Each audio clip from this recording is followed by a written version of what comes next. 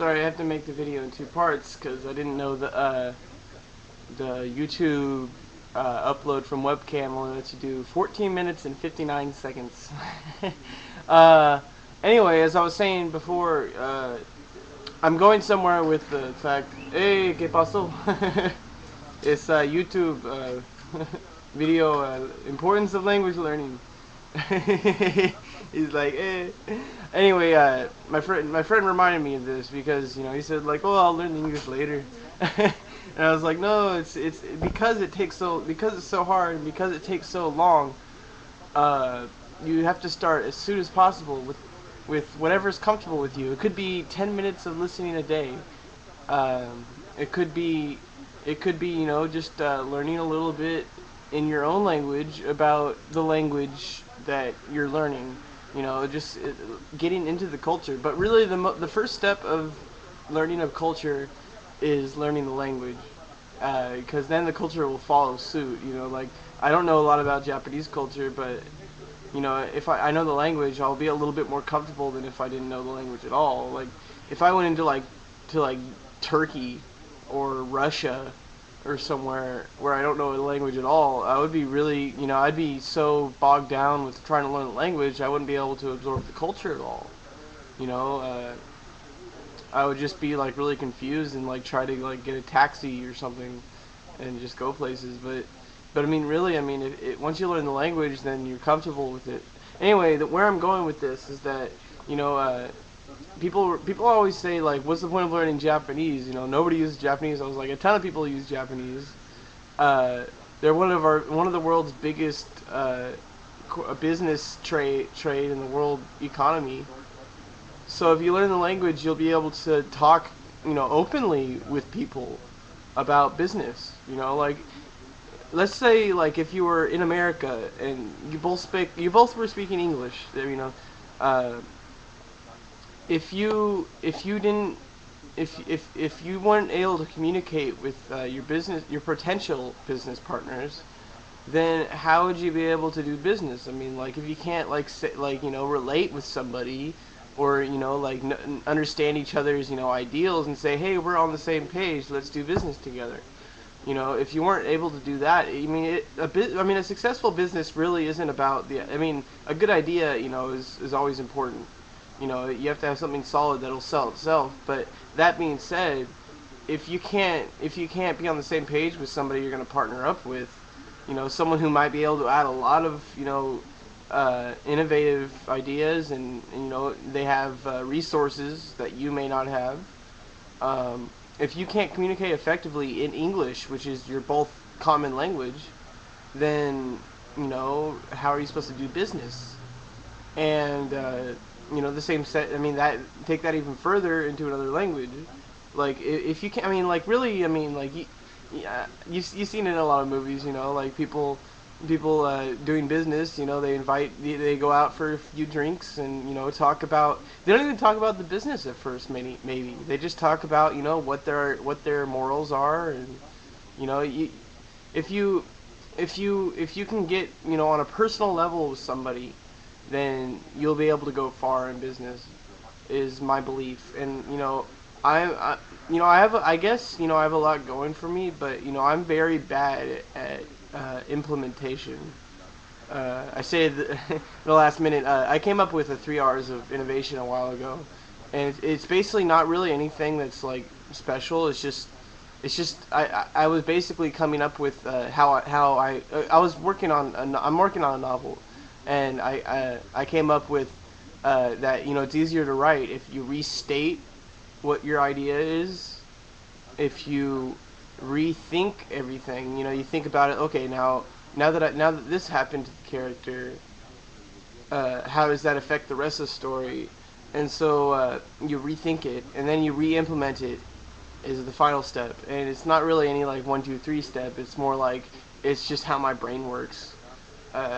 It's how my brain's always worked. I pretty much just my friends always said why do you always say things 3 times? And I'm like, well, because I want to make sure that I was understood. I don't want people to make get the wrong idea, or I don't want people to miss out. And like I've kind of like realized most people get things out the first time. I don't need to restate it like 300 times. But as far as writing goes, I mean that's actually very helpful with writing, because I mean you need to write like something with like 300 pages. It's gonna take a while. I mean you're gonna have to pretty much restate a lot of things. um, I'm a firm believer that every word on the page should have a reason for being there. And some people took that way too literally, and they said like, "Oh, Alex is a firm believer of minimalism," and I'm like, no. I said that in my mind. I didn't actually respond, because I learned through a lot of practice that if you respond to people, they're just gonna get angry, and again, with miscommunication, it's important to remember what's important when things are important. That's a saying my dad said. We were playing, the game Risk, game of world conquest. It's a very good way to learn the countries of the world, by the way, because now I know a lot of countries in like Eurasia, in Europa, and like Ukraine and all that, and South America really, but really that's a good game for learning the world map. But yeah, it's a very good game for learning, how to deal with your resources, which are very important in life. I don't like it when people say like, oh, you shouldn't play games that are violent and about world conquest, and I'm like, you guys are looking at it way too black and white. Like really, like, I mean, not everything is literal in the here and now. Everything has to do with everything. I mean, like, nothing is ever in isolation. I mean, if you read a book, it's not just this book exists and nothing else exists. I mean, this book was written in a world that has existed with a history for thousands of years. I mean, we're on planet Earth. I mean, we have like thousands of years of history. I mean, I mean, what the hell's wrong with you? I mean, like, there's so much context you need to know. I mean, like, it's not like this book is just everything.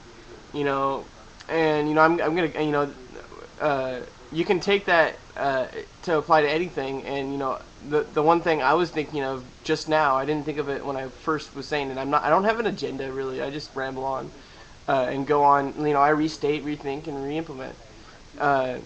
So basically, a lot of people think that the Quran or the Holy Bible or insert scripture here.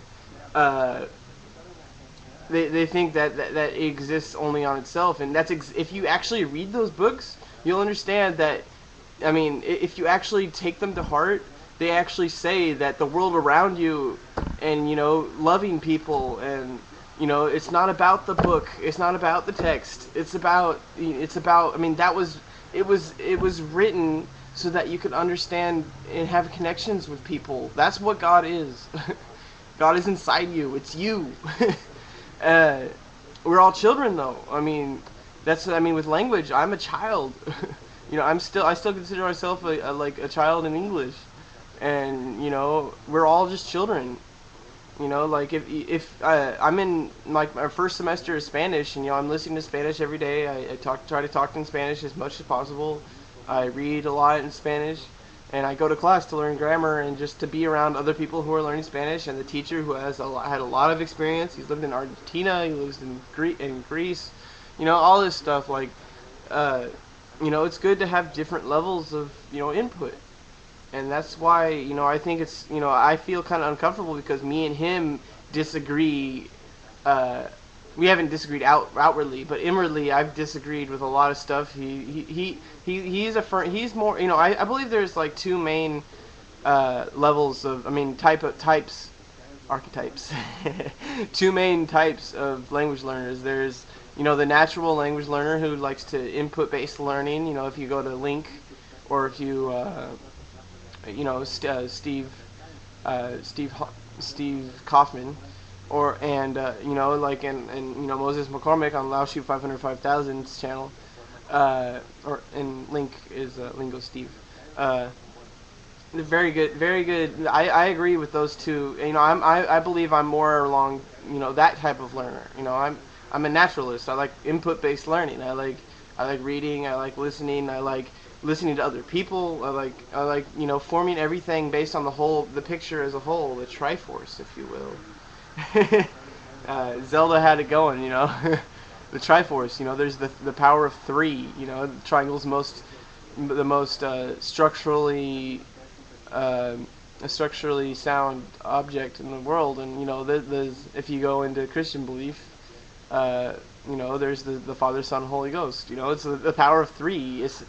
There's always three. And in America, there's the legislative branch, the executive branch, the judicial branch. There's always the power of three. Now I forgot what I was saying.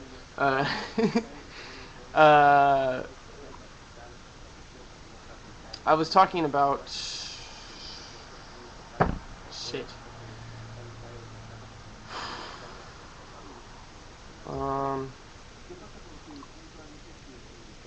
¿Qué pasa, Alex? Basically, oh yeah, you have to look at context. You have to look at the whole world around you. I mean, you look at it the here and now, but you also look at about it. Okay, how does this apply to the world around me in the here and now? And how does okay, you write a book. Okay, this is where I was going. You write a book. This book was written in a time when we have all this history going on. We have all this history that's going on. So everything that you wrote was based on how that world influenced you.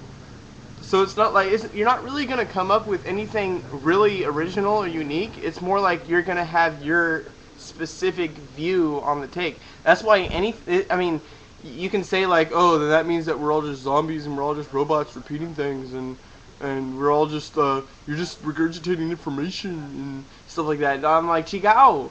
I'm like, it's not like that. It's more like, even though you're saying the exact same thing, you're saying it from your point of view. So it's gonna be completely different. I mean, even if you were like just like a nanometer, or even if you were just like a centimeter, like, or a millimeter away from the person the person next to you, you're still like a world apart, a galaxy, a universe apart, because you have a whole universe inside of here. You've experienced a lot of things differently than everybody.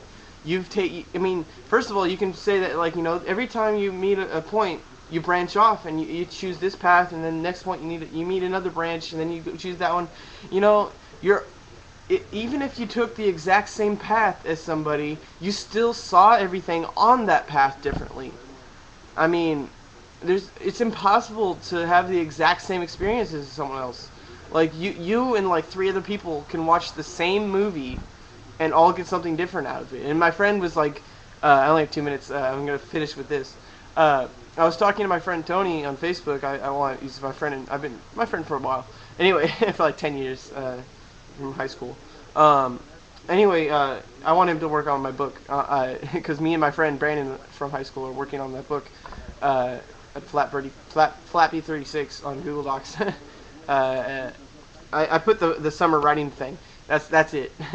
So if you want to check it out, you can look in the link. Anyway, Tony was saying that, like, in writing, it's easy. It's harder because you don't. When you have a movie, you can specifically like show what a person looks like, and in books, like, a bunch of people will get the different idea of the same description of a person. I was like, well, I mean that's true, but I mean, if you look at a person, 10 different people seeing that same exact picture of a person are all going to see that person a lot differently. Like, I mean, you see a person and you all judge them differently. I mean, we all judge. I mean, it's just human nature. I mean, it's not a bad thing. Sometimes it is. When it becomes negative, then it's a bad thing. If you always stay positive, you got to have a little negativity. It's natural. I mean, it'll happen naturally. You don't have to try to be negative, but you do have to try to be positive. That's what makes it positive, is that you have to put the energy into it. Negative just happens regardless of what we do. I mean, there's going to be negative things regardless. So to try to be negative is just like being way too... I mean, you have to have balance. If you're too positive, you won't have enough negativity. even though, but negativity happens naturally, so it'll balance itself out. But if you have too much negativity and you never try to be positive, you're just gonna keep